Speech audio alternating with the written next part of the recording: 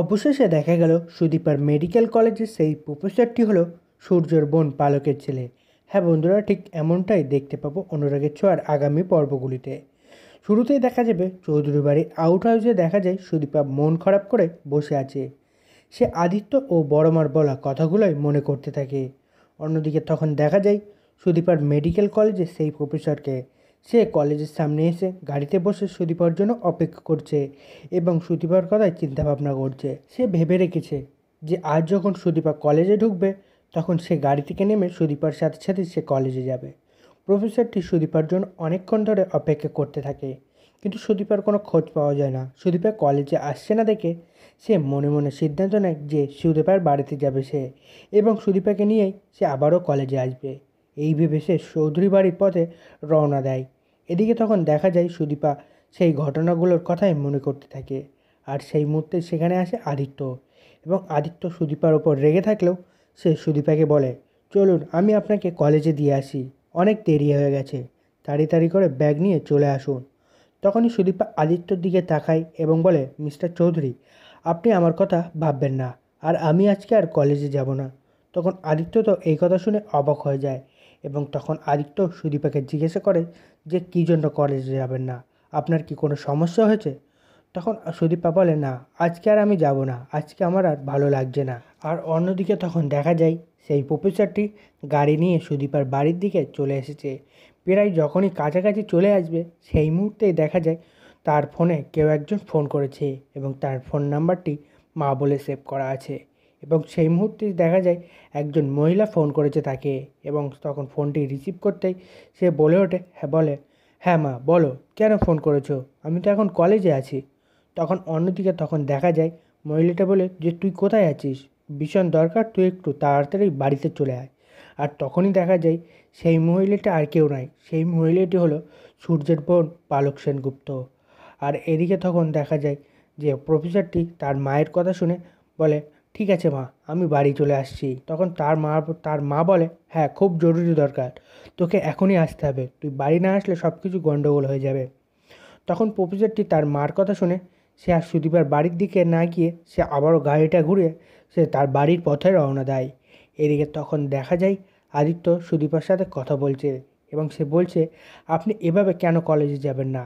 আপনার ভালো লাগা না লাগা সেটা তো পরের কথা, আপনাকে ডাক্তার হতে হবে, আপনার বাবার স্বপ্ন পূরণ করতে হবে। আপনার বাবার শেষ ইচ্ছা ছিল যে আপনি এক বড় ডাক্তার হবে। তখন সুদীপা বলে, আমার বাবা, কিন্তু উনি তো আমার বাবা নয়, আমার তো রক্তের সম্পর্কে বলে কেউ নেই। তখন আদিত্য সুদীপাকে বলে, রক্তের সম্পর্কের চেয়েও এটা হলো বড় সম্পর্ক।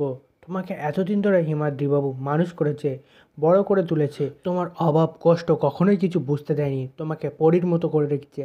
আর তুমি এখন কি করবে? তুমি কি করবে না তুমি তার শেষ ইচ্ছাটা পূরণ করতে? তখন সুদীপা মনে মনে তার বাবার কথাগুলোই মনে করতে থাকে, যে তার বাবার ইচ্ছা ছিল যে তার মেয়ে বড় এক ডাক্তার হবে এবং তার নাম উজ্জ্বল করবে। একথা ভেবে তখন সুদীপা কান্না করতে থাকে এবং তার বাবার ছবির দিকে তাকিয়ে থাকে। এই কিছুক্ষণ তাকিয়ে থাকার পর আদিত্য বলে, চলুন আমি আপনাকে কলেজে দিয়ে আসি, কলেজে গেলে আপনার মনটা ভালো হয়ে যাবে। এরপর দেখা যায় সুদীপা ব্যাগ নিয়ে সুদীপা আদিত্যর সাথে চলে আসে কলেজে যাওয়ার জন্য। এদিকে তো তখন দেখা যায় যে বড় মা দেখতে পাচ্ছে যে আদিত্য সুদীপাকে নিয়ে কলেজে আসছে। আর এদিকে তখন গায়ত্রী দেবী খুব রেগে যায়, বলে এত কিছু হয়ে যাওয়ার পর ওই মেয়েটাকে নিয়ে আদিত্য আবারও তাকে নিয়ে যাচ্ছে কলেজে। ওই আদিত্য ওই মেয়েটার জন্য পাগল হয়ে গেছে, আমার কোনো কথারই পাত্তা দিচ্ছে না। ওই সুদীপাকে এই বাড়ি ছেড়ে তাড়াতেই হবে, নাহলে আমাদের সব ছেলেকে ও নিজের বশ করে ফেলবে, কেউ আমাদের কোনো কথাই শুনবে না। অন্যদিকে তখন দেখা যায় সঞ্চারীকে। সঞ্চারী মনে মনে ভাবতে থাকে যে আজকের ঘটনাটা একেবারে পুরো পরিবারকে হতবাক করে দিয়েছে। আজকের ঘটনাটা সে ভাবতেই পারেনি যে এমন ঘটনা ঘটবে। সে মনে মনে বলে, এমন ঘটনা ঘটতে থাকলে তারই সুবিধা, সে এই সুযোগে তার আসল উদ্দেশ্যটা সফল করতে পারবে। আর অন্যদিকে তখন দেখা যায় কুন্তলাকে। কুন্তলা কিন্তু সেই মুহূর্তে যখন আদিত্য, পরমা, অব্র সবাই মিলে ঝামেলা করছিল, সেই মুহূর্তে চৌধুরী বাড়িতে চলে এসেছিল। কিন্তু তাদের ঝামেলা দেখে সে বাড়িতে না ঢুকে বাড়ির আড়াল থেকে সব কিছু লক্ষ্য রাখছিল, এবং আড়াল থেকে সব কিছু শুনছিল যে চৌধুরী বাড়ির ভেতরে কী হতে চলেছে। কারণ সে জানতো সে যদি সবার সামনে চলে আসে তাহলে সবাই তাকে তাকে দেখে থেমে যাবে, তখন আর সে কিছুই জানতে পারবে না।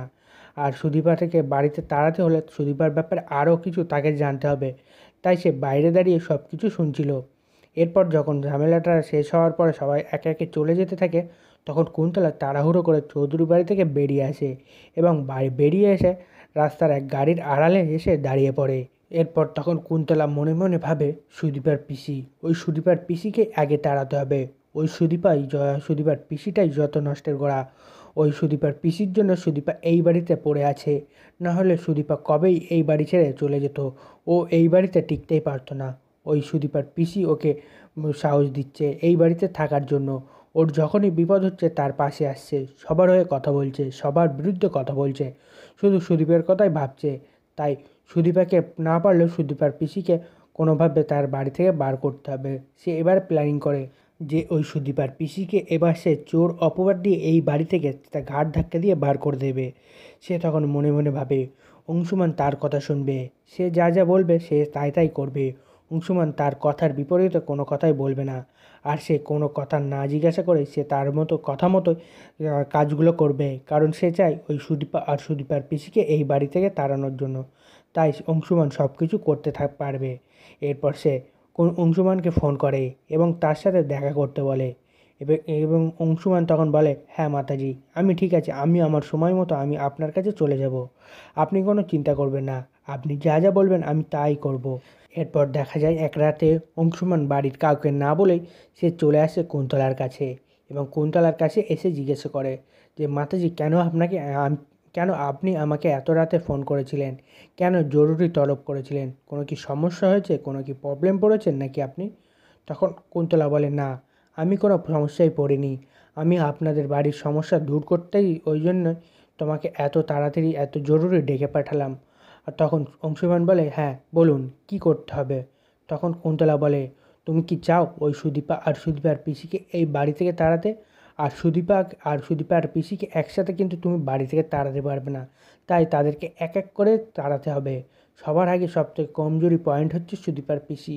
সুদীপার পিসিকে যদি তুমি আগে বাড়ি থেকে তাড়াতে পারো, তাহলে সুদীপা কমজোর হয়ে পড়বে এবং সে ভেঙে পড়বে, তার সাহস জোগানোর মতো আর কেউ থাকবে না।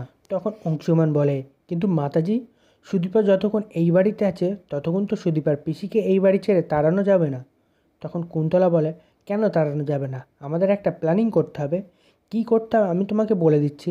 তখন কুন্তলা অংশুমানকে বলে, তুমি একটা বাড়ির গিয়ে গহনা চুরি করবে এবং সেটা লুকিয়ে রাখবে, কাউকে যেন বলবে না, কেউ যেন দেখতে না পায় যে গহনাটা তুমি নিয়েছো। এবং এই গহনা চুরির দায়টা তুমি ওই সুদীপার পিসির ওপরও দেবে এবং সুদীপার পিসির কোনো একটা ব্যাগে ভরে দেবে এবং তার ব্যাগ চেক করে যখন পাওয়া যাবে যে সুদীপার ব্যাগের ভিতরে সুদীপার পিসির ব্যাগের মধ্যে এই গহনাগুলি পাওয়া গেছে, তখন সবাই তাকে অপমান করবে, সন্দেহ করবে এবং তখন সুদীপা দেখবে নিজেই অপমানিত সহ্য না করতে পারে সুদীপার পিসিকে বলবে তার বাড়ি ছেড়ে চলে যেতে। তখন অংশুমান বলে, হ্যাঁ মাতাজি, আপনি ঠিকই বলেছেন। ওই সুদীপাই পারবে একমাত্র ওর পিসিকে নিজের বাড়ি থেকে বার করে দিতে। তাই ওই সুদীপাকে কাজে লাগিয়ে সুদীপার পিসিকে বাড়ি থেকে তাড়াতে হবে। এই বলে অংশুমান সেখান থেকে চলে আসে এবং এসেই দেখা যায় সে কাউকে কিছু না বলে সে বড়মার ঘরে চলে যায়। বড়মা তখন ঘরে ছিল না। বড়মার ঘরে সে আলমারিটা খুলে সে একটা গয়না বার করে এবং গয়নাটা নিয়ে সে নিজের ঘরে চলে আসে এবং নিজের ঘরে এসে সে লুকিয়ে রাখে। এদিকে কিন্তু দূর থেকে লক্ষ্য করেছে আদিত্যর মা ইন্দ্রারা।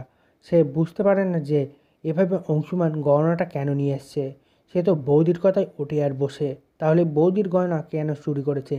সে কিছুতেই ভাবতে পারছে না যে অংশুমান এমন কাজ করতে পারে। এরপর পরের দিন বড়মা যখন গহনাগুলো চেক করতে থাকে, তখন সে দেখতে পায় যে সেখানে একটা গহনা নেই। তখন সে সবাইকে ডাক দেয় এবং সবাইকে জিজ্ঞাসাবাদ করতে থাকে এবং তখন অংশুমান বলে ওঠে যে এই বাড়িতে তো বাইরের অনেক কেউ আছে, সবার তাহলে ব্যাগপত্র জিনিসপত্র চেক করা হোক, দেখা যাক এই গহনাটা কার ব্যাগে পাওয়া যায় বা কে নিয়েছে। ব্যাগপত্র বা জিনিসপত্র চেক করলেই পাওয়া যাবে। যদি তার ব্যাগে পাওয়া যায় তাহলে তো তাকে, যে চোর, তাকে খুঁজে পাওয়া যাবে। তখন বড় মা অংশুমানের কথা মতো সবার ব্যাগগুলো চেক করতে থাকে। চেক করতে করতে একসময় সুদীপার পিসির ব্যাগগুলো নিয়ে চেক করতে থাকে অংশুমান। আর সেই মুহূর্তে অংশুমান নিজেই গহনাটা বার করে। যেহেতু গহনাটা নিজেই রেখেছিল অংশুমান, তাই কোথায় আছে গহনাটা সে ভালো মতোই জানে। সে নিজেই বার করে গহনাটা এবং বড়মার দিকে তাকিয়ে তোলে গহনাটায় এবং বলে, বড়মা দেখো, এই গহনাটা তো, এই গহনাটা তো তুমি পাচ্ছিলে না তাই তো? তখন বড়মা তো এটা দেখে অবাক হয়ে যায়। এদিকে সুদীপাও হতবাক। সে বুঝতে পারছে না যে সুদীপার পিসির ব্যাগে এই গহনাটা আসলো কী করে। সুদীপার পিসি তখন বলে ওঠে, এই গহনাটা আমার ব্যাগে কী করে আসলো আমি সেটা জানি না। আমি জানি না এই গহনাটা আমার ব্যাগে কে রাখলো। এদিকে তখন ইন্দ্রা বলে ওঠে, আমি জানি এই ব্যাগের মধ্যে কে রেখেছে।